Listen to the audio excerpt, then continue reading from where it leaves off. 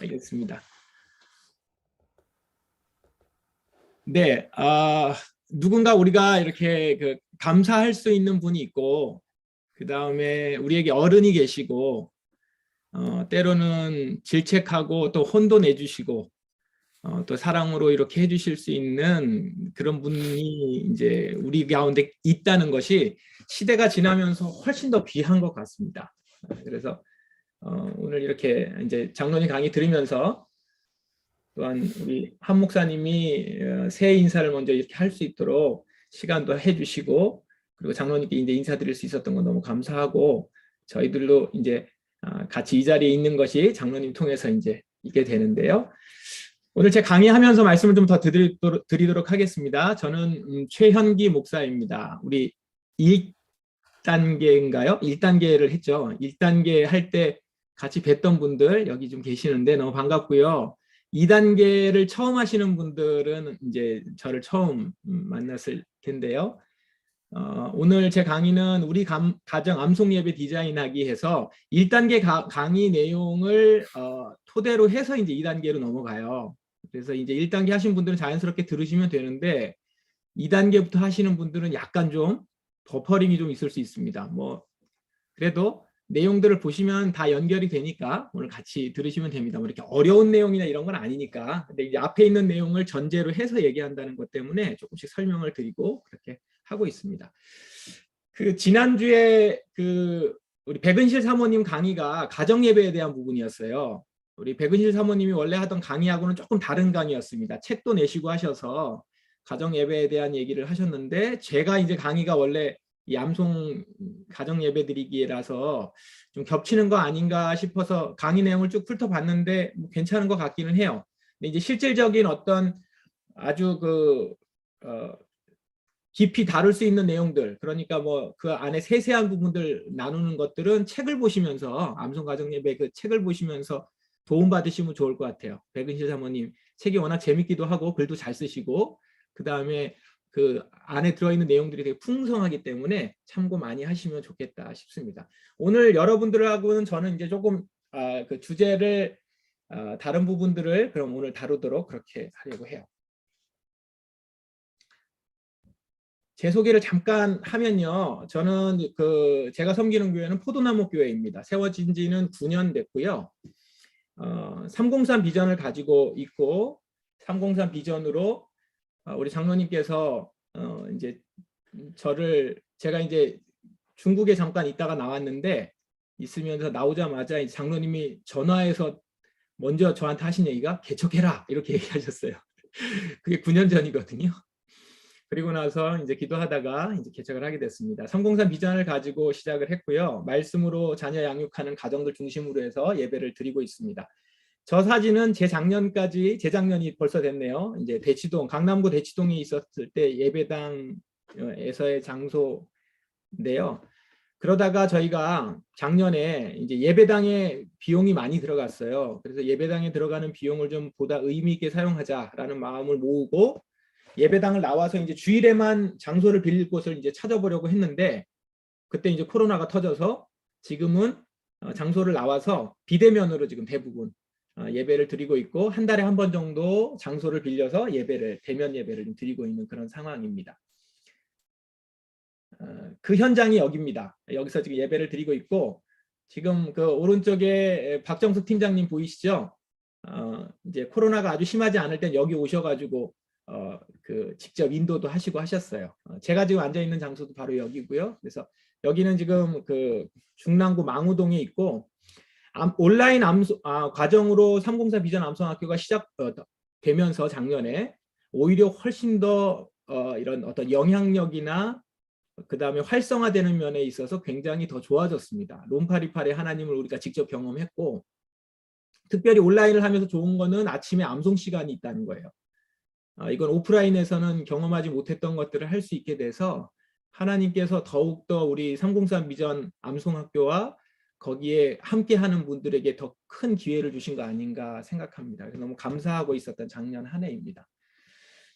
작년에 저희 303 비전 암송학교에서 장학생들을 선발하고 하잖아요. 근데 지금 코로나 상황이 되면서 2년 동안 장학생을 선발하지 못했어요. 그래서 저희 교회에서는 그 이제 장학생 선발에 같이 연결해서 장학생도 선발하는데 함께 하고 암송도 거기에 맞춰서 하고 했는데 이제 못해서 우리 교회 자체적으로 이제 모범생 인증서를 만들어서 나눠주고 그렇게 했습니다.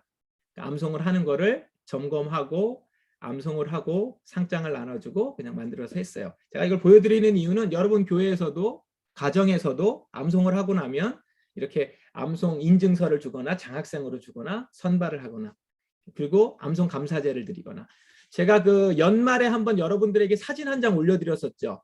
저희 교회에 있는 한 가정이 우리 자녀들이 200구절 암송한 거를 연말 12월 31일 날 송과 영신 예배 드리기 전에 그 암송 감사제를 한 거예요. 그리고 파티하면서 한 해를 마무리하는 것. 암송을 중심으로 해서 한 해 사이클을 돌아가는 거죠. 이런 비전을 가지고 여러분들도 해보시면 좋겠다. 오늘은 제가 여러분들에게 여러 아이디어나 이런 걸 좀 드리는 시간이에요.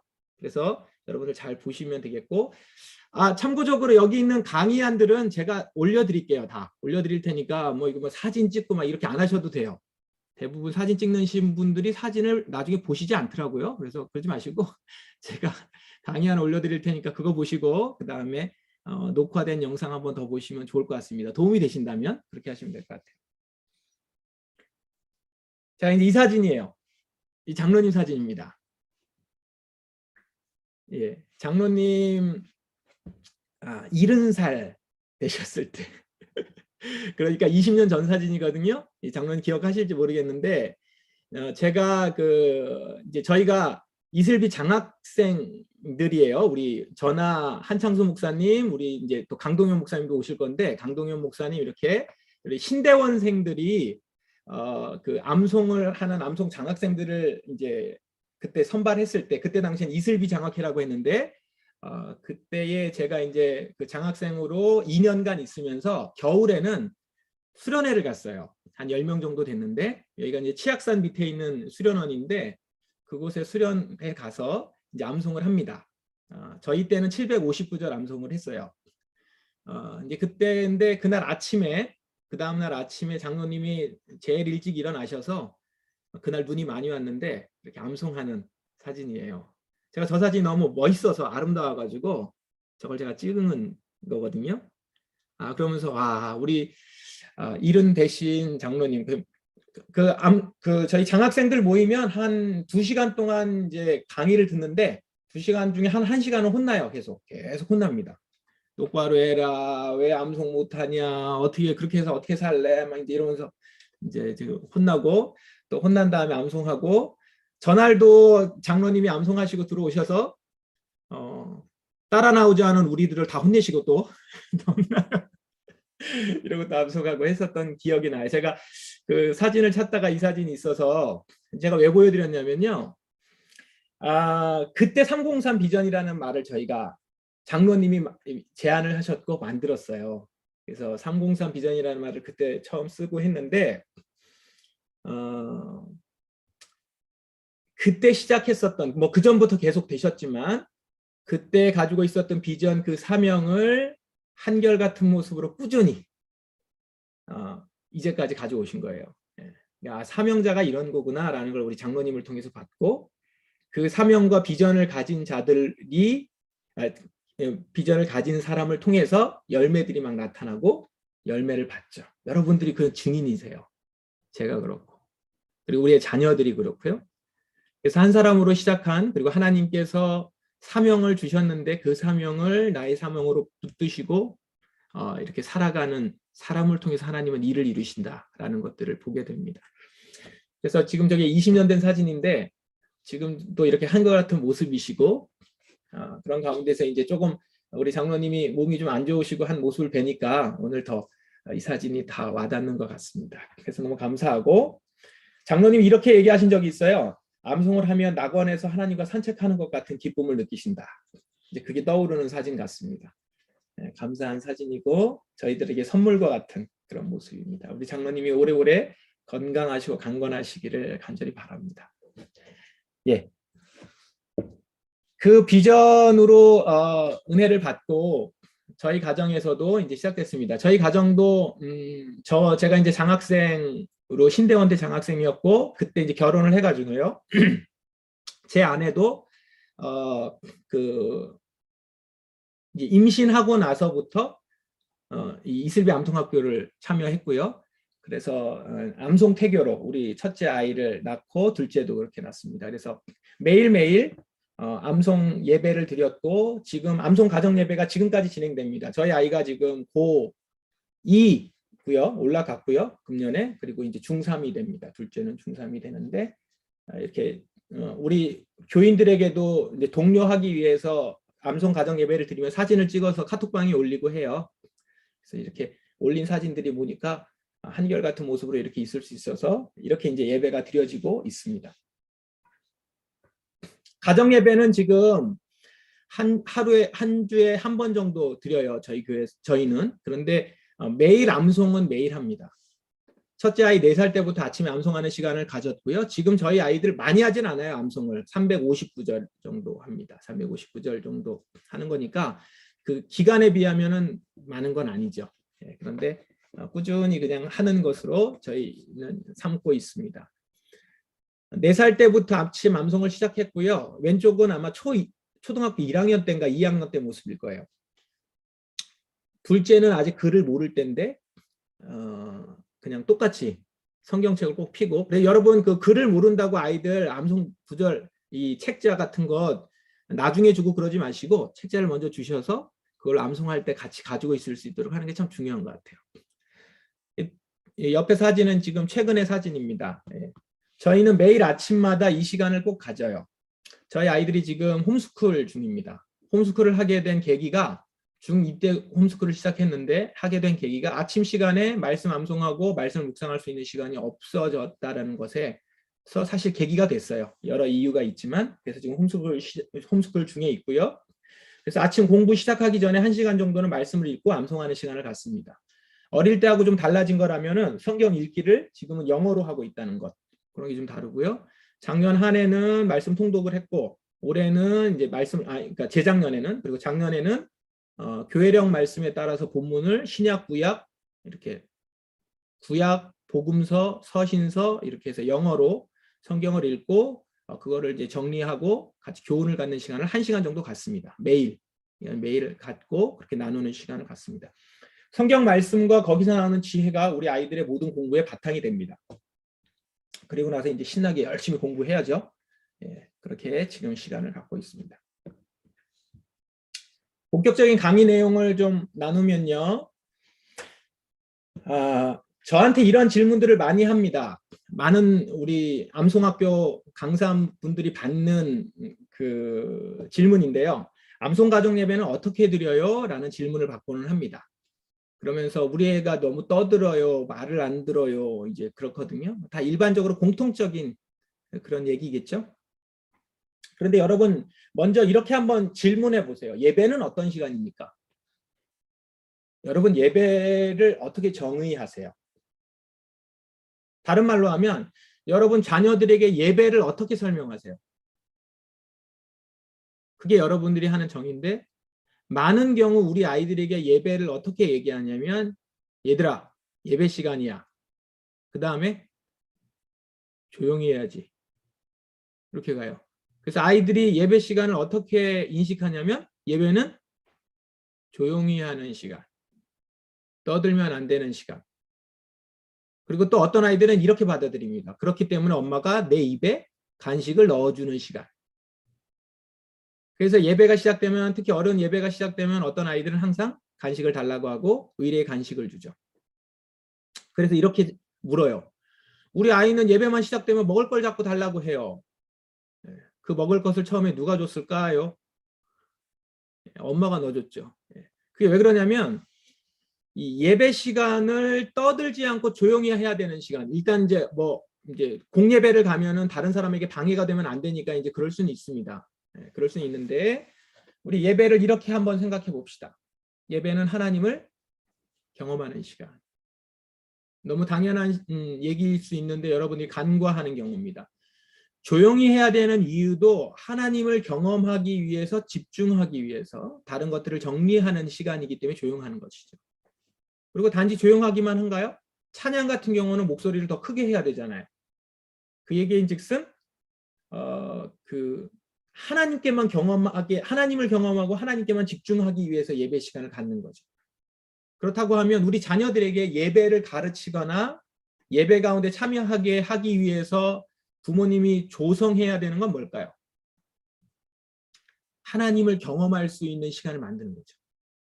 그걸 조성하는 겁니다. 그거를 만들고 조성하는 시간을 갖는 것이 참 중요하다라는 겁니다. 그래서 오늘 제목이 뭐냐면 우리 가정 암송 예배 디자인하기. 디자인이라고 하는 것은 그 상품을 아주 상품이 상품답게 만들어지게 하는 거죠. 멋들어지게 만드는 것. 아무리 이뻐도 상품을 망가뜨리거나 뭐 그런다고 하면은 그럼 그거는 디자인이 아니잖아요. 그죠? 그러니까 디자인이라고 하는 것은 어떤 상품을 아주 상품답게 기능적으로 잘 사용하는데 사용하기에 만들고 싶고 그걸 보기도 좋게 만드는 거잖아요. 뭐 예배를 상품이라고 할 수는 없으나 예배 자체를 이쁘게 꾸미는 것이 아니라 예배가 예배답게 만드는 것을 의미한다는 의미에서 이제 디자인이라는 말을 좀 썼습니다. 기독교 교육학자 중에 뭐 기독교 교육학자가 아니죠. 미국은 그 당시에 교육학자면 다 기독교인이었기 때문에 호레이스 부시넬이라고 하는 교육학자가 있습니다. 19세기 분인데 이분이 기독교적 양육이라는 말을 이렇게 정의했어요. 기독교적 양육의 핵심적 장은, 핵심적인 곳은 가정이어야 하고 교사는 부모여야 하고 교육을 시작하는 시점은 태어난 직후여야 하며 교육의 목적은 경건하여 성장이라고 할 수 있다. 요거를 우리 성경적 우리 갑자기 303 비전 암송학교 303 비전 암송학교식으로 좀 바꾸면요 이렇게 얘기할 수 있습니다. 기독교적 핵심의 장은 가정이어야 하고 교사는 부모여야 하며 교육을 시작하는 시점은 잉태한 직후, 태교 때부터죠. 태교 때부터고 교육의 목적은 경건 안에서, 말씀 암송 안에서 성장이라 할 수 있다. 이렇게 생각해 볼 수가 있습니다. 1단계 때 강조해서 말씀을 드린 부분인데요. 제 강의 때 주일학교는 성경에 있는 기관이 아닙니다. 성경에서 말하고 성경에서 제시된 기관이 아니에요. 그러니까 말하자면 자녀를 양육하기 위해서 성경에서 하나님이 주일학교를 만들어라 라고 하지 않았다라는 거죠. 자녀를 양육하라. 누구에게 그걸 맡기셨죠? 부모에게 맡겼습니다. 그러니까 부모가 자녀 양육의 교사가 되어야 하는 것이고 그 다음에 핵심적인 장소는 가정이어야 하는 것이죠. 주일학교는 선교적 목적으로 만들어진 것입니다. 그리고 만들어진 게 불과 300년이 안 돼요. 순전히 선교적인 목적으로 만들어져서 부모가 자녀를 가르칠 수 없는 아이들을 대상으로 해서 주일학교가 필요한 겁니다. 그런 것이지 버젓이 주일학교 부모로서 믿음의 부모가 있는데 자녀를 주일학교에만 맡기는 것은 성경적이지도 않을 뿐만 아니라 하나님이 맡겨주신 사명을 감당하지 않는 모습이 될 수 있다는 것이죠. 교사가 부모라는 것이죠. 여러분이 교사라는 것입니다. 암송 가정예배에 대한 순서나 여러 가지 부분들은 여러분 이 바인더 있죠? 저널 바인더, 303 암송학교 저널 바인더가 있습니다. 그 바인더에 보면 구체적인 준비, 유의사항, 그 다음에 맨 마지막에가 순서, 이런 것들이 쭉 나와 있습니다. 그거 꼼꼼히 읽어보세요. 여러분 글이 길면 꼼꼼히 안 읽으시는 분들이 계시는데 꼼꼼하게 읽어보시면 그 내용이 다 단연간 시간 동안 암송을 어떻게 드려야 되는지에 대한 생각들을 하면서 같이 보게 되었던 그런 암송 예배의 그 팁들이고 지혜입니다. 그러니까 여러분 이걸 보시면 참 좋겠다 싶습니다. 지금 여러분 한 2년간 가정 예배를 더 절실하게 필요성을 느끼게 된 시기예요. 아이들이 집에 있는 시간이 현저히 늘어났고 밖에 나갈 수 없게 되었고 자녀들하고 가정에서 해야 되는 일이 많아졌을 때 가정 예배를 드리기에 너무 적시적소의 그런 시간입니다. 그러니까 체질이 개선됐거든요. 코로나로 인해서. 그걸 좋게 보실 수 있는 거예요. 그리고 암송학교 아까 얘기 드렸지만 온라인 과정으로 하면서 훨씬 더 깊어졌어요. 롬파리파리 하나님을 우린 경험합니다. 이 시간을 여러분 놓치지 마시고 체질 개선을 하신 대로 쭉 가실 수 있으면 좋겠습니다. 그래서 여기 앞에 나와 있었던 이런 내용들은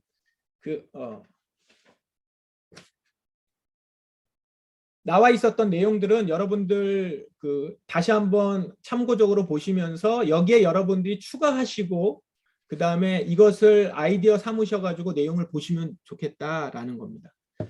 자, 먼저 잠시 이 시간 영상을 하나 제가 보여드릴게요. 이 영상은 잠깐만 제가 이 공유를 풀었다가 다시 하겠습니다. 제가 소리를 공유를 안 해가지고 잠깐만 풀게요. 아, 하고 있었군요. 죄송합니다. 네, 이거는 저희 아이 그냥 한번 우연히 그냥 찍어놨어요. 기념이 될 것 같아서 저희 아이가 5살 때인가? 6살 때구나. 첫째 아이 6살, 둘째 4살 때 찍은 영상인데 암송을 한번 그냥 찍어 놓은 거예요. 가정 예배 드리는 거를. 찍어서 이제 아이들이 이제 카메라가 있으니까 신기해서 쳐다보고 이제 이래가지고 약간 좀 분위기는 예배 드리는 분위기가 약간 흐트러지긴 했는데 그날 한 30분 정도 예배를 드렸을 거예요. 그걸 제가 한 4분 정도로 끊어놨는데 그걸 정리를 해왔으니까 한번 보시고 이거는 그냥 샘플입니다. 그리고 그 안에서 이제 여러분의 자녀들도 아마 이런 분위기일 거예요. 잘하면 이런 분위기, 아니면 이제 여러 분위기가 되겠죠. 한번 보겠습니다.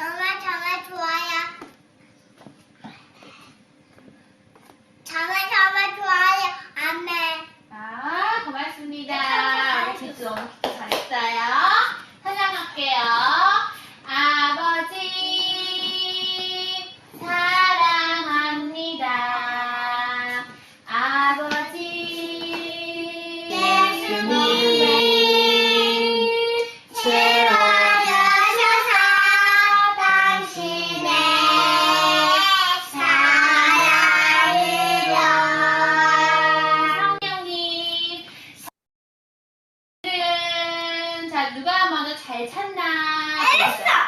에베소서 맞았어. 기지야, 에베소서 6장 펴보세요. 바로 들고 에베소서 6장 찾아보자. 에베소서 6장 1절부터 4절까지 말씀. 자녀들아, 너희 부모를 주 안에서 순종하라. 그것이 옳으니라. 이것이 옳으니라. 누나 하는 거 들어보자. 내 아버지와 어머니를 공경하라. 이것이 약속 있는 참 계명이니 이는 내가 잘되고 땅에서 장수하리라. 또 아비들아, 너희 자녀를 노엽게 하지 말고 오직 주의 규환과 훈계로 양육하라. 에베소서 6장 1절부터 4절까지 말씀. 아멘. 잘했어요. 우리 사랑은 오래 참고 사랑은 온유하며 투기하는 자가 되지 아니하며 사랑은 자랑하지 아니하며 교만하지 아니하며. 어제 여기까지 했지? 오늘은 무례히 행치 아니하며 자기의 유익을 굳지 아니하며 성내지 아니하며 악한 것을 생각지 아니하며. 자, 무례히 행치 아니하며. 무례히 행치 아니하며. 이거야? 맞아. 같이. 자기의 유익을 굳지 아니하며. 자기의 유익을 굳지 아니하며. 사람은 성주야 무례히 행하지 아니한대. 무례한 건 뭐야? 까먹어. 어른이나 아이나 엄마 아빠한테 이렇게 버릇 없이 얘기하는 게 무례한 거고, 친구한테 너랑 안 놀아, 싫어, 안 빌려줄 거야, 놀러 가, 이렇게 하는 것도 무례한 거고, 그게 무례한 거야. 예의 바르게 네, 싫으면 저는 이렇게 해서 이런 이유로 싫어요, 다음에 할게요. 저는 그거가 너무 힘들어요, 여러분. 설명하는 거지. 하나님을 사랑한 사람은 무례히 행치 아니하며, 그 다음에 또 뭐라 그랬죠? 자기의 유익을 구치 아니하며, 성주는 기주는 누나가 좋은 것, 기주가 좋은 거 다 해야 되지. 기주도 좋은 건 하고 싶어 하고, 성주도 좋은 건 기주 혼자 하면 안 되지. 나만 좋은 거 갖고, 나만 맛있는 거 먹고, 누나는 조금 주고, 기주는 조금 주고 이렇게 하면 안 돼. 자기의 유익만, 자기만 챙기는 것도 사랑이 아니래. 하나님, 오늘 엄마, 아빠, 저 기주, 아빠, 엄마, 기주, 저랑 같이 쿠키 만들었어요. 내일 유치원에서 저녁 갈 때 저 차 타고 갈 때 사고 나지 않게 해주세요. 네. 그러고 선생님들, 모든 친구들 다 건강하게 해주세요. 아픈 아멘. 친구 없이 잘 해주세요. 예수님을 기도합니다. 아멘. 네, 아이고, 이게 잠깐만요. 오늘 뭐가 이렇게 지금 끊겼죠? 내용이 나오던 게 이제 끊겼는데, 네.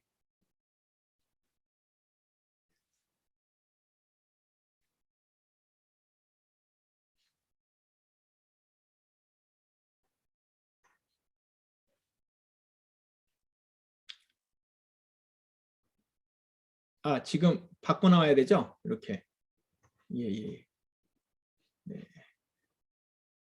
자, 지금 내용 보신 거는 저희가 이게 보여드린 거는 여러분들에게 여러분 가정에서도 충분하게 이제 아마 이런 식의 분위기가 되거나 어쨌든 암송을 가정 예배를 드릴 때 그 시간이 꼭 필요한 것들로 이제 채워져야 되거든요, 사실은. 근데 이제 그러기 위해서는 예배의 태도도 중요하고 여러 가지를 이제 많이 훈련이 좀 돼야 되는 부분이 있겠죠. 이렇게 저렇게 뭐 앉아 있는 부분에 있어서도 그렇고 오랜 시간 함께하는 것, 그리고 이제 거기에 들어가는 여러 요소들을 여러분들이 이제 하나하나 맞춰 가셔야 되는 부분들은 있습니다.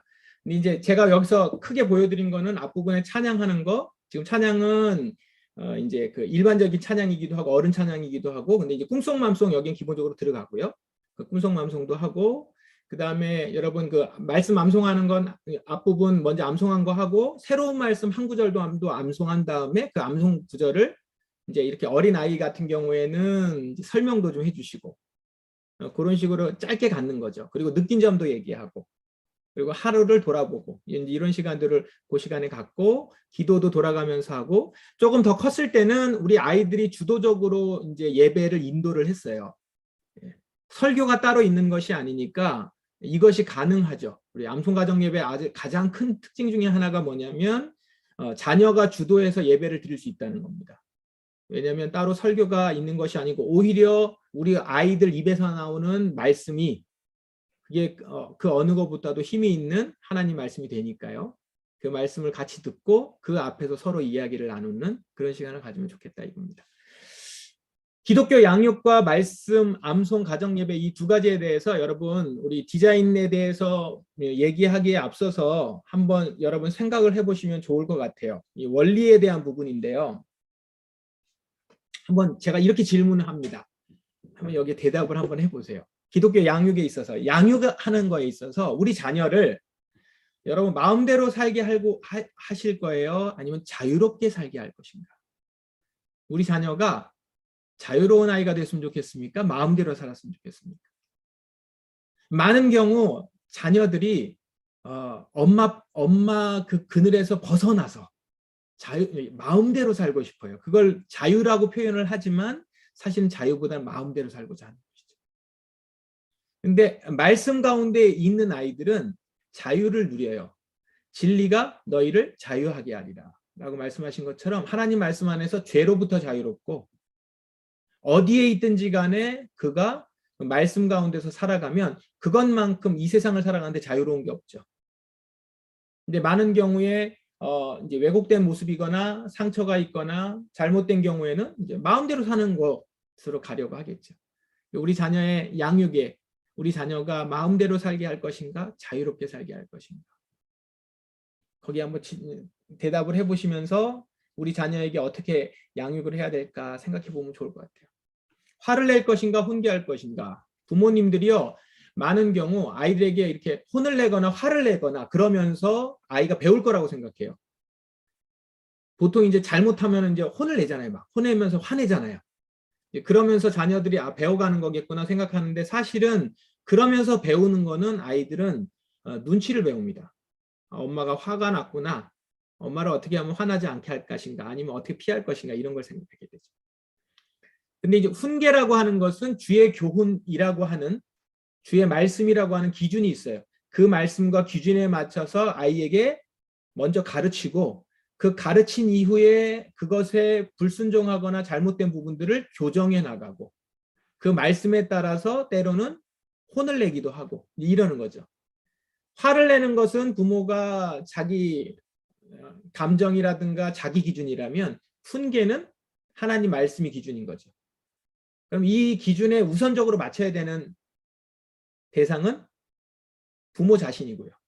부모 자신이 먼저 맞추고, 그 맞추고 살아가는 것에 우리 자녀들도 맞출 수 있도록 하는 것이 주의 교훈과 훈계로 양육하는 거죠.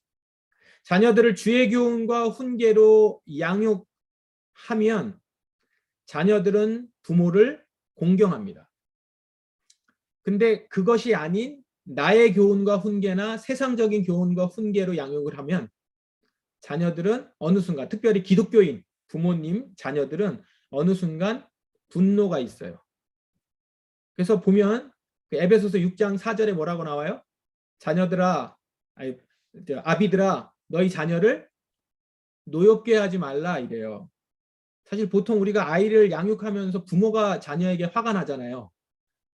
그런데 성경은 뭐라고 나오냐면, 자녀들아, 아비들아, 부모들아, 너희 자녀를 노엽게 하지 말라. 자녀들이 화가 난다는 거죠. 노엽게 된대요. 상처가 있다는 겁니다. 왜요? 믿음의 부모라고 하는, 신앙을 가지고 있는 부모가 하나님 말씀을 암송하라고 하는데, 기준과 그 부모의 눈과 부모가 좋아하는 것은 세상적인 기준인 거예요.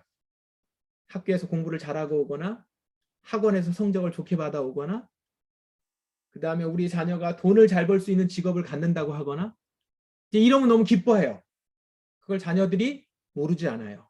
부모의 얼굴을 보면서 다 읽어요. 그걸 이제 시간이 지나면서, 우리 부모도 별로 세상에 있는 부모와 다르지 않구나, 오히려 더 세속적이구나, 이거를 느끼게 되는 거죠. 그 이중적인 것 가운데서 상처를 받게 되고, 진노하게 되고, 분노하게 되고, 이러는 것이죠. 그러면 나중에 가서 마음대로 살고 싶다, 이렇게 되는 겁니다. 자녀들에게 주의 교훈과 훈계로 양육을 하면 나 자신도 하나님 앞에 온전하게 서는 것일 뿐만 아니라 우리의 자녀들도 그 앞에 설 수 있게 하는 그런 일들인 것이죠. 그렇게 되면 자녀들은 그 말씀 안에서 자유로운 사람이 됩니다. 내가 우리 자녀와 하고 있는 대화가 대화인가 아니면 회화인가? 회화라는 건 뭐냐면, 밥 먹었니? 숙제했니? 뭐 했니? 매번 그런 거 이제 묻는 것들이죠. 그런 일상적인 회화에 그치는 경우가 많아요. 우리 또 그 남편분과 아내분과도 그런 경우가 많죠. 가족 가운데. 근데 우리는 대화, 진정으로 인격 대 인격이 만나고 말씀 안에서 새롭게 되는 일들이 일어나는 거죠. 사실 이런 일들이 잘 되게 하는 그런 장이 예배예요. 예배. 암송가정 예배. 말씀 앞에서 하나님이 기뻐하시는 거, 하나님이 슬퍼하시는 거, 하기하슬, 그것을 같이 나누면서 나에게 임한 하나님의 은혜, 부모로서 하나님을 만난 그 가운데 나의 인격이 어떻게 변화됐는지를 드러낼 때 자녀들이 그 가운데 인격적인 만남으로 나아가게 되고 대화가 진행이 되고 그렇게 하죠. 그래서요, 말씀을 하는 사람, 우리가 그 자녀들을 기르면서 항상 마음 한켠에 뭐가 있어요? 왜 그렇게 미안하죠? 우리 자녀들에게는 내가 잘 못하는 것에 대해서 미안하고, 많이 그렇잖아요. 부모로서 자녀에게 더 잘해주고 싶은데 그러지 못해서 미안하고 이런단 말이에요. 내가 너한테 더 잘해줘야 되는데 미안해 이런단 말이죠. 근데 사실은 우리가 해야 되는 말은 미안하지만 이게 아니라요. 마음 아프지만이라는 거예요. 그게 무슨 말이냐면 하나님 말씀을 가지고 우리 자녀들을 양육하게 되면 혼을 내거나 그 다음에 훈계를 하거나 그 아이가 싫어하는 거를 끝까지 하도록 그렇게 해야 되는 시간들이 필요하거든요. 그러면 자녀들이 어쩔 땐 괴롭잖아요. 근데 내가 죄로부터 자유하려고 하면 내 마음대로 살아가지 아니하고 하나님 말씀 안에 살아가려고 우리의 모습을 바꾸려고 하다 보면 아이가 그 가운데는 중간에는 힘든 일도 있습니다. 그리고 말씀대로 순종하는 것이 여러분들도 해보셨지만 쉽습니까? 사랑은 오래 참고 여기서부터 다 걸리지 않나요? 이런 하나하나가 하나하나 해나가는 것이 사실 그 과정이 힘든 과정이에요. 근데 그걸 볼 때 우리 부모가 우리 자녀들이 그걸 괴로워하거나 힘들어하면 안쓰러워서 하다가 말아요. 근데 사실 그 과정을 넘어가야 돼요. 넘어갈 때 우리의 입에서 나오는 말은 뭐냐면 마음 아프지만 너가 그것 때문에 힘들어하는 걸 마음 아프지만 주의 말씀 가운데 널 가르쳐야 돼 라고 간다라는 것이죠.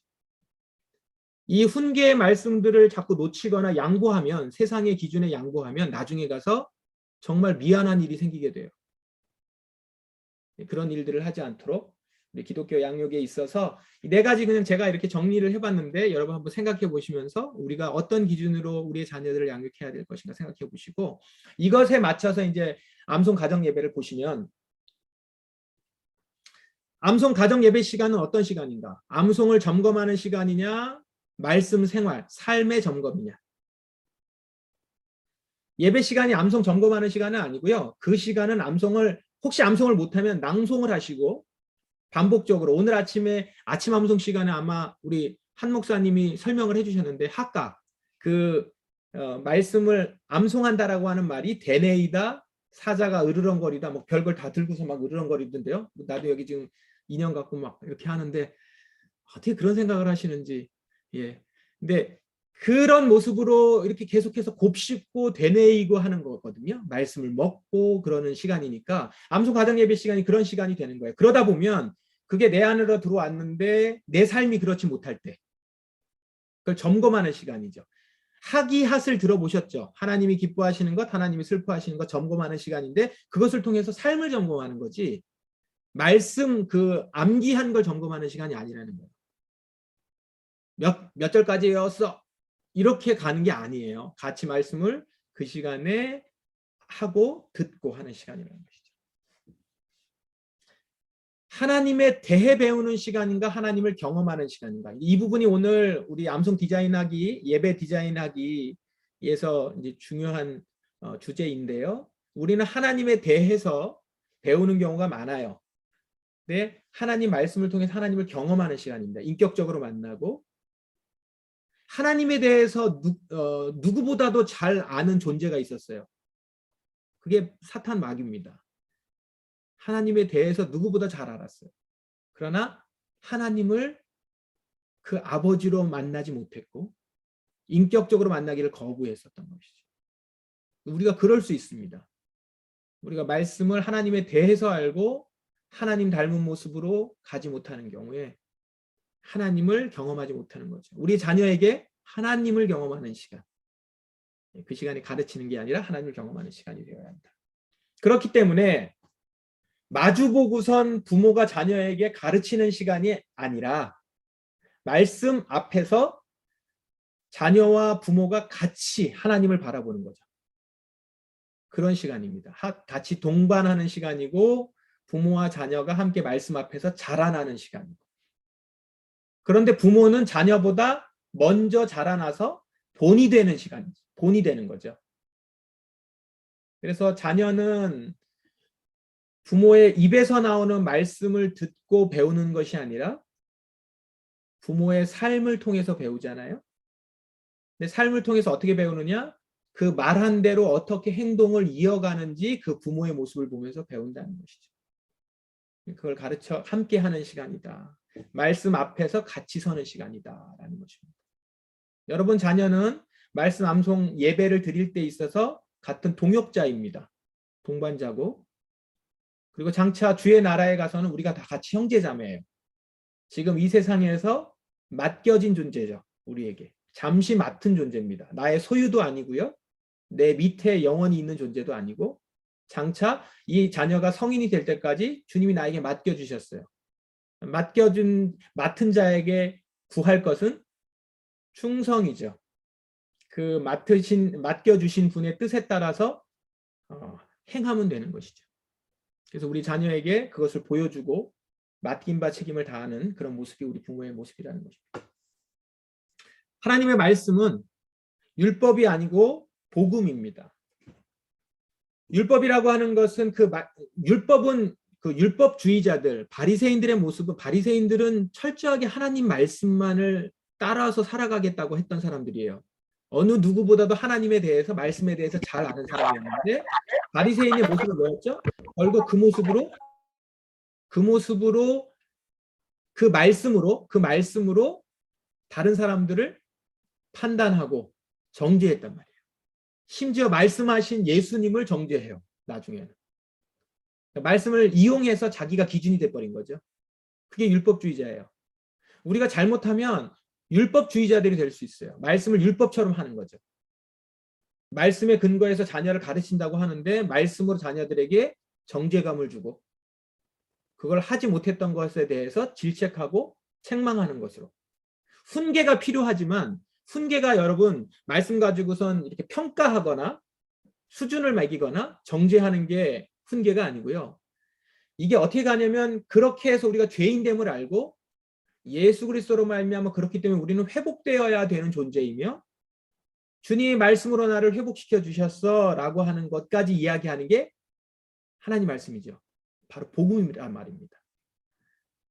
그래서 우리 1단계 하셨던 분들 다 기억하시겠지만 고린도전서 13장 사랑장을 여러분 암송하시다 보면 자칫 잘못하면 율법으로 볼 수 있어요. 아, 왜 나는 이렇게 사랑이 없을까? 그러면서 이제 자기를 질책하기도 하고 자기를만 질책하면 괜찮은데 다른 사람을 그걸로 재단해요. 남편을 그걸로 보죠. 역시 당신은 오래 참지 못하는 인간이야. 사랑이 없는 인간이야. 당신은 온유도 없어. 무례히 행하고 막 이제 계속 그렇게 되는 거예요. 그러면서 이제 정죄하는 것으로 이렇게 하고 이게 자녀들에게도 그렇게 가는 거죠. 근데 그 사랑장은 복음의 메시지거든요. 주님이 우리에게 그렇게 해주셨다는 것이고 주님이 그런 분이시라는 거죠. 그분이 나의 아버지라는 것이 나에게 소망인 거잖아요. 주님이 나에게 오래 참으세요. 할렐루야. 얘야, 자녀를 보면서 얘야, 주님이 너가 이런 모습이지만 그런 너를 주님이 오래 참으셨어. 그 복음을 전해주는 것이고 복음으로 회복되는. 그래서 이 예배 시간이 암송 가정 예배 시간은 하나님 말씀 앞에서 회복되는 시간인데 제일 먼저 누가 회복되어야 될까요? 내가 먼저 회복되거든요. 그 회복된 모습의 얼굴에 회복된 모습으로 갖게 되는 자유한 얼굴이 부모에게 있으면 사실 자녀들은 그것만 봐도 회복이 돼요. 아, 저렇게 회복되는구나. 아, 저렇게 강팍한 우리 엄마가 회복이 되는구나, 말씀으로. 이런 것들을 보여줄 수 있는 거죠. 하나님의 은혜 가운데 같이. 그래서 예수 그리스도의 복음으로 자유함을 우리 자녀에게 전하는 시간인 거죠. 그런 메시지들이 우리 이 암송 가정 예배 시간에 있어야 되는 것이고 그것을 기준으로 해서 어떻게 하면 디자인할까? 이거는 사실은 제가 오늘 이제 이렇게 몇 가지 더 제시를 하겠지만 그거보다 여러분들이 훨씬 그 아이디어가 많으실 거예요. 더 많은 지혜로 그걸 만들어 가시면 좋겠다 싶습니다.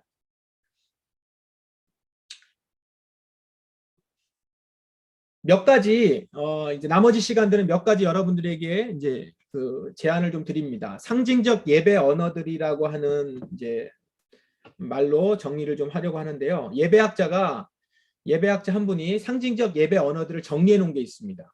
그걸 저는 이제 우리 가정 암송 예배에 암송 가정 예배에 한번 적용을 해보려고 해요. 제인 맨이라고 하는 이제 예배학자인데요. 상징적 예배 언어라는 말을 이렇게 표현했어요. 하나님의 임재를 분별하고 인식하고 참여하게 하는 은혜의 통로. 상징적 예배 언어가 그런 것이다 라고 말을 했는데 우리가 암송을 하면서 하나님을 경험하는 시간을 갖잖아요. 그 시간은 하나님의 임재를 경험하고 알아가는 은혜의 통로라는 거죠. 그럼 그 시간에 상징적 예배 언어들이 있어요. 여러 가지. 그거를 잘 디자인하면 더 하나님을 깊이 경험할 수 있겠죠. 그런 것들을 이 시간에 한번 생각해 보십시다. 첫 번째는 장소입니다. 상징적 예배 언어들 중에 첫 번째 장소. 장소가 뭐냐면요. 여러분 출애굽 이스라엘에게 10계명을 주신 다음에 명하신 게 뭡니까? 시내산에서 출애굽한 이스라엘 백성들에게 10계명을 주시고 그 다음에 곧바로 뒤에 출애굽기 뒷부분에 나오는 내용이 뭔지 아세요? 여러분 출애굽기 하면 애굽에서 탈출한 얘기 이렇게만 아시는데 상당히 많은 분량이 성막 만드는 얘기예요. 그 성막에 들어가는 그 성물들 어떻게 만드는지 설계도 이게 되게 자세하게 나와 있어요. 그러면서 하나님이 말씀을 주셨고 그 다음에 이 말씀을 가지고 나를 만날 수 있는 곳 그곳을 만들어라 라고 해서 성막을 만들거든요. 그것이 미팅 포인트 하나님을 만나는 곳이거든요. 그곳이. 그걸 만들어요. 그걸 왜 그러셨을까요? 하나님을 만나는 데 있어서 장소가 참 중요하다는 걸 보여주신 거예요. 그래서 여러분 가정에서 예배드리는 장소를 어떻게 세팅하세요? 장소를 디자인 한번 해보세요. 하나님을 경험할 수 있도록. 그래서 집을 구하면서 이제 이사 가시는 분들도 있을 텐데 집을 구하면서 이사 갈 집을 보면서 우리는 가구 배치를 하잖아요. 그게 다 디자인하는 거예요. 여러분들이 어디에 가구를 배치해야 되고 침대를 어디다 놔야 되고 TV는 어디 있어야 되고 그럴 때 여러분들 여기서 예배 드려야겠다. 이거 생각해 보신 분. 예배 드릴 수 있는 장소가 적당한가? 이거부터 보신 분 혹시. 다음 이사 때는 그렇게 한번 해보세요. 그거 해보시고 싶으면 오늘 당장 이사 준비하셔서 다음 예배 때부터 다음 이사 장소에서는 그거를 우선순위로 하겠다. 그런 우리의 태도나 자세 자체가 이미 하나님을 향하여 있는 모습이고 그런 모습의 그런 그냥 삶에서 묻어나는 그게 자녀들에게 보이는 거죠.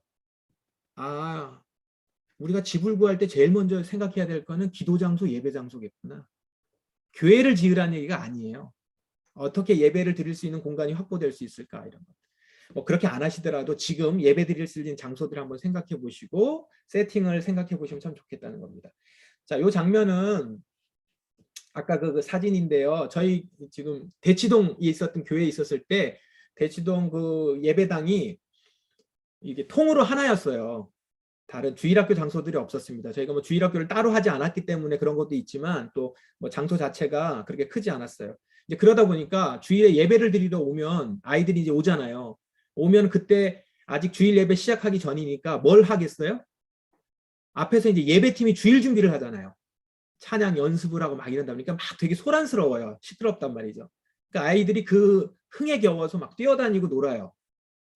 근데 이러다 보니까 어쨌든 우리가 뭐 거룩한 것과 거룩하지 않은 것이 이 세상에 없다.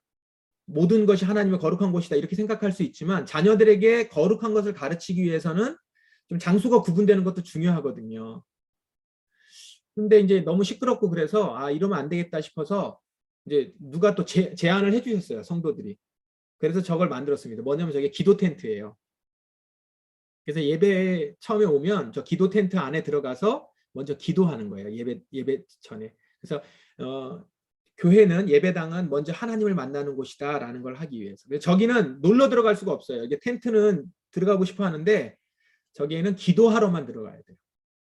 그러다 보니까 우리 여기 청소년도 저기 들어가면 기도가 잘 된대요. 자꾸 저기 들어가 있어. 저 덩치가. 그래가지고 잘 안 나와가지고 이제 나중에 나오라고 하고 했는데 저런 것들을 하나하나 이렇게 세팅해 놓는 것도 참 중요한 것 같고 저희 이런 얘기를 듣고 우리 교인 한 분이 이제 시골에 농장을 지었는데 자기 집을 지었는데 집을 지으면서 기도의 다락방을 졌어요. 저렇게. 그래서 가장 높은 곳에 하나님을 만나겠다고 하나님 위에 계신다고 이제 생각을 하셔서 제일 높은 곳에 이제 하나님을 만나겠다고. 그래서 내가 하나님은 아래 계시는데 막 이제 이랬더니 왜 놀리냐고 이제. 그래서 하나님의 계시는 곳, 그래서 예배 드리는 공간을 이렇게 만들어서 우리 자녀들이 거기에 가면 예배를 드리는 곳, 하나님을 만나는 곳, 가서 기도하는 곳. 이렇게 어떤 장소들을 마련을 할 수 있다면 참 좋겠죠. 그런 장소가 안 되면 저희 뭐 예전 집 같은 경우는 그런 장소가 안 됐어요. 저희 집 같은 경우에 너무 좁아서.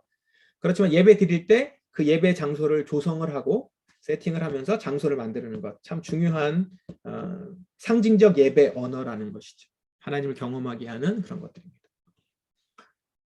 공간을 조성하는 것만큼 중요한 것은 시간입니다. 어쩌면 공간보다 훨씬 더 영향력이 강하고요. 그 다음에 파급력도 굉장히 강합니다. 여러분 잘 보세요. 10계명을 주셨을 때 어느 공간을 거룩하게 하라는 말은 없지만 어느 시간을 거룩하게 하라라는 말은 있죠. 뭡니까? 제4계명에 안식일을 기억하여 거룩하게 지키라. 시간을 기억하라는 거거든요. 거룩하게 하라는 거예요. 그러니까 시간을 떼어서 그 시간을 지키는 것. 거기에 정체성이 담겨 있다는 거예요. 그래서 지금도 유대인들은 그 대속죄일 그 시간은 전국 세계 어디에 있어도 그 시간을 지킨다는 거잖아요. 그 시간을 지키면 그 사람도 유대인이라는 거예요. 그리고 보세요, 여러분. 여러분, 예수 믿는 사람 그리스도인의 가장 큰 특징이 뭐죠? 주일에 예배 드린다는 거예요. 그러니까 시간은 공간처럼 구애받지 않아요. 그러니까 이 시간을 거룩하게 하는 것 참 중요합니다. 그래서 제안 드리고 싶은 것은 교회력입니다. 교회력을 지키는 교회도 있을 것이고 한 번도 안 지켜보신 분들도 있을 겁니다. 교단에 따라서 좀 다른데 교회력은 우리가 일반적인 달력이 있죠. 일반적인 달력은 태양력을 중심으로 한단 말이죠. 이제 달을 중심으로 하는 건 이제 음력인 것이고 주로 태양력을 중심으로 해서 일반적인 달력이 있지만 그리스도인에게는 예수 그리스도를 중심으로 한 교회력이 있습니다. 교회력은 예수님의 생애를 중심으로 해서 1년 주기로 사이클로 기억하면서 기념하는 거예요. 절기를 만들어서. 그래서 12월 달에 11월 마지막 주부터 해서 대림절, 대강절이 시작되죠. 그 대림절의 끝에 성탄절이 있는 겁니다. 그런 다음에 지난주 6일 날이 주현절이었어요. 이 시간들이 다 예수님의 그 생애를 기억하는 시간이에요. 그리스도인에게는 되게 중요합니다. 그 시간에 맞춰서 예수님의 생애를 기억할 수 있는 그런 디자인을 하는 거죠. 암송 가정 예배 시간에 가정 예배를 드리면서 이 시간은 대림절 시간, 주님을 기다리는 시간이야. 거기에 맞춰서 암송도 하고 성탄절에 맞춰서 암송도 하고 이제 거기에 맞춰서 이제 세팅하는 것들이 있어요. 여러분 그 성탄절 성탄목이라든가 성탄절 초라든가 이런 환 있죠. 이런 것들은 다 그 대림절과 성탄절에 맞춰져 있는 세팅이에요. 예배 디자인이에요. 그거는. 이제 거기에다가 이렇게 산타클로스 걸어놓거나 이러면 안 돼요. 원래 예배 디자인에 맞춰서 하는 것입니다. 그 이제 이런 자료들을 그래서 저희 교회에서는 계속 지금 만들고 있어요. 만들고 우리 암송학교 먼저 하신 분들은 제가 계속 제공을 해서 지금 암송학교 출신들 중에서 이제 유니게 교회라고 따로 모이고 있는데 온라인에서 그분들 중에서는 지금 이 교회력으로 이 암송 예배를 드리는 그런 분들이 있습니다. 여러분들에게도 이 시간을 통해서 예수님의 삶을 실제적으로 느끼면서 경험할 수 있는 것이죠. 성경에 보면 여러분 절기 내용 나오는 내용들을 읽어보시면 거기에 뭐라고 하냐면 자녀들이 그 절기를 지킬 때 물어요. 아버지 이게 무슨 의미입니까? 라고 성경에 이렇게 나옵니다. 그렇게 너희 자녀들이 묻거든 너희는 이렇게 대답하라 이렇게 얘기해요. 그 얘기는 뭐냐면 주님이 절기를 통해서 자녀를 가르쳐라. 그 굉장히 중요한 그 통로다라는 걸 보여주신 거죠. 그걸 지금 우리에게 맞게 뭐 이스라엘에 지금 있는 절기를 그대로 지키라는 얘기가 아니라 지금 예수 그리스도의 생애에 맞춰서 교회력을 지키는 것 의미가 있어서 지금 여기 드리는 것들이 이런 지난 대림절과 성탄절에 각 가정에서 세팅해 놓은 것들입니다. 그거의 일환으로서 이제 절기 제대가 있어요. 우리 교회 가면은 이렇게 제대 깔아놓고 어떤 교회에선 목사님이 설교할 때 이렇게 스툴 내려놓잖아요. 그게 색깔이 아무렇거나 있는 게 아니에요. 이게 절기 색깔입니다. 그거를 집에다가 이렇게 가정 예배용으로 만들었어요. 저희 교회는 만들어가지고 다 보급을 했습니다. 집에다 깔고 저 빨간색은 성령 강림절이에요. 성령 강림절에 저 빨간색을 깔아놓고 그러면 이제 자녀들한테 얘기하는 거죠. 이 시간은 성령님이 우리 제자들에게 내려오신 날이야. 그걸 기념하는 거야 라는 걸 가르치면서 실제적으로 성경을 가르치고 그 시간에 그 성령 강림절에 많은 암송을 하고 실제로 연결을 시키면서 직접적으로 삶에서 연결을 시키는 것 중요합니다. 그래서 교회력은 어떻게 되는 거냐면 자녀들을 시각적으로 예배를 드리게 하는 거죠. 말씀 암송할 때 입으로 말씀을 외우죠. 그 말씀을 귀로 들어요. 그 다음에 시각으로는 그런 어떤 절기에 나타나는 색깔이라든가 세팅한 것들을 보면서 보는 겁니다. 그래서 오감으로 예배를 드리면서 하나님을 경험하는 거죠. 그런 시간들을 디자인하면 참 좋겠다라고 생각합니다. 세 번째는 네 가지인데요. 오늘 세 번째는 이제 상징물입니다. 장소나 시간을 디자인하는 데 있어서 같이 접목해야 되는 게 상징물입니다. 개신교가요, 이 상징물들을 많이 경계하는 편이에요. 왜냐하면 종교개혁 시기에 로마 가톨릭이 이제 우상화했던 것들을 다 버리는 과정에서 상징물들을 다 모두 금지했어요. 굉장히 터부시했고, 그래가지고 어떤 상징물이나 이런 것들도 우상화시키지 말아라. 이제 이렇게 됐는데, 상징물은요, 보이지 않는 하나님의 은혜를 보이도록 하는 도구거든요. 그래서 이제 초월적인 하나님의 임재와 말씀을 경험할 수 있게 하는 통로입니다. 우상화시키라는 것이 아니라 교육용으로 잘 사용하면 참 좋습니다. 그 시간에. 그래서 어떤 초나 배너나 여러분 십자가도 상징물이에요. 그 상징물을 통해서 예수 그리스도의 고난과 예수 그리스도가 우리를 위해서 죽으셨다는 대속을 상징하잖아요. 그런 것들을 보여주면서 가르치시고 실질적으로 예수님은 상징물을 사용하셨습니다. 제자들에게 죽기 전날 저녁에 뭘 하셨죠? 떡과 포도주를 나누면서 이 떡은 나의 살을 상징하는 것이고 몸을 상징하는 것이고 이 포도주는 나의 피를 상징하는 것이다. 이렇게 하잖아요. 우리는 지금 그걸 상징해서 성찬을 하잖아요. 이런 식으로 상징물들을 생각을 해보시면 참 좋겠다는 겁니다. 2단계 처음에 할 때 여러분 10계명 암송하시잖아요. 그죠? 저희 교회에서 2단계 암송할 때 첫 번째에 나오는 그 말씀 중에서 나는 너를 애굽 땅 종되었던 집에서 인도하여는 내 하나님 여호와니라 있어요. 이제 그때 종되었던 집에서 인도하여 낸 하나님이 어떤 분이실까? 그때 딱 생각나는 게 6월절이더라고요. 6월절에 종되었던 곳에서 그날 밤에 죽음이 넘어갔잖아요. 그래서 그거를 집에서 다 해보게 했어요. 각 가정에서. 그래서 이렇게 텐트를 하나 쳐놓고 거기에 이제 들어가게 한 다음에 밖에서 부모님이 죽음이 지나간다 이제 이렇게 가는 거예요. 이제 그러고 났을 때 이제 뭘 하냐면 저렇게 빨간색으로 예수 그리스도의 피를 상징하는 걸 바르고 그것이 딱 보여졌을 때 죽음이 그냥 지나가고 피로 말미암아서 나는 지나간다 막 이제 이런 것들을 한번 하는 거죠. 그런 다음에 십계명을 암송을 하는 그런 것들을 해보고 하니까 자녀들이 실제로 죄에서부터 죽음에서부터 구원받는 게 이런 거구나를 느꼈다고 실제로 얘기를 하고 또 이거를 준비하는 부모들도 느껴요. 그거를 이런 기분이었겠구나. 오감으로 느끼는 시간들을 마련하는 것이죠.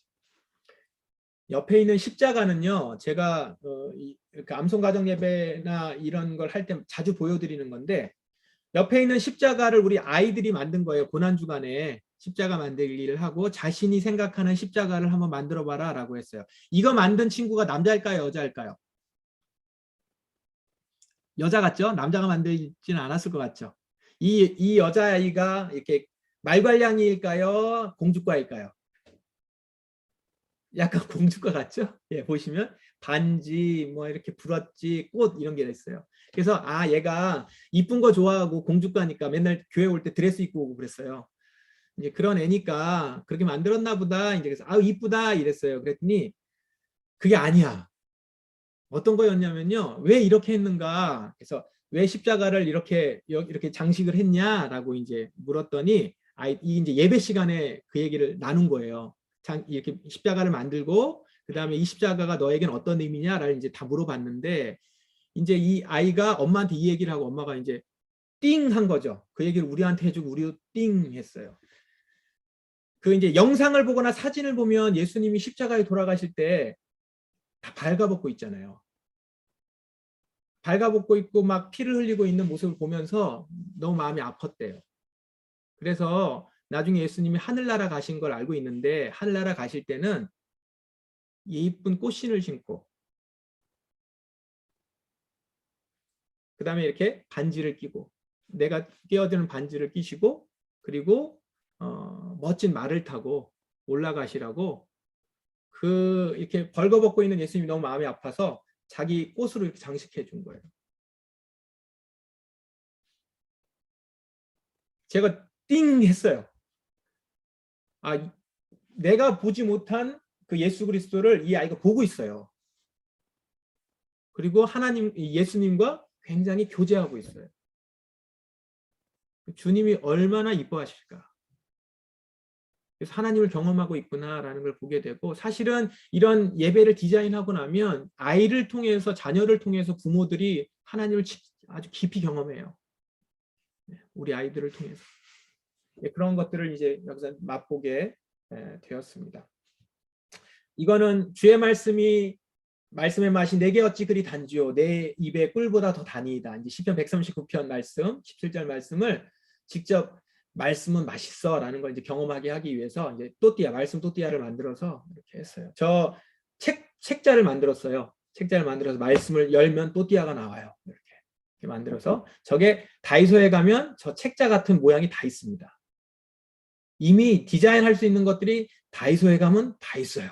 가셔서 이렇게 만들어서 상징물로 같이 하셔도 좋고, 이런 디자인들을 해가시면 좋습니다. 이제 시간이 좀 많이 없어서, 이거는 우리 그 사순절에 우리 뭐 천주교를 좀 아시는 분들은 아실 거예요. 그리고 이 어떤 절기를 좀 아시는 분들은 아실 텐데, 제의 수요일이라고 그 사순절을 시작하면서 나의 죄된 모습들을 인정하는 시간인데, 이렇게 숯으로 만들어서 십자가를 긋고 너는 흙이니 흙으로 돌아갈지니라, 이런 것들을 이 암송 예배 시간에 하는 거예요. 하면서 우리의 죄인된 모습들을 인정하고 여기에 맞는 암송을 하고, 이런 시간들을, 작년 사진이거든요. 작년에 이렇게 하면서 내 몸에다가 이렇게 십자가를 긋고 내가 죄인임을 고백하고, 이런 것들을 같이 해보는 것이죠. 마지막으로 몸의 사용입니다. 우리 몸 자체가 예배의 디자인의 한 모습입니다. 그러니까 사실은 뭐 어떤 세팅이나 이쁜 걸 안 하더라도 내 자체가 예배 디자인의 한 부분이에요. 그렇기 때문에 태도가 매우 중요합니다. 아무렇게나 하는 거는 옳지 않아요. 그래서 우리 자녀 양육하는 데 있어서도 사실 양육이 잘 되었다라고 하는 결과적인 모습 중에 하나가 뭐냐면 태도 변화거든요. 여러분 보세요. 인내와 절제를 배우고 오래 참음을 배우는 데 있어서 이 오래 참음이라는 게 뭘로 나타나죠? 사실 다 태도로 나타나요. 이런 것들을 이제 가르쳐야 되는 것인데, 그래서 몸의 사용을 중요하게 여기십시오. 예배 드릴 때. 이 손가락 꼽는 것도 그래서 참 중요한 거예요.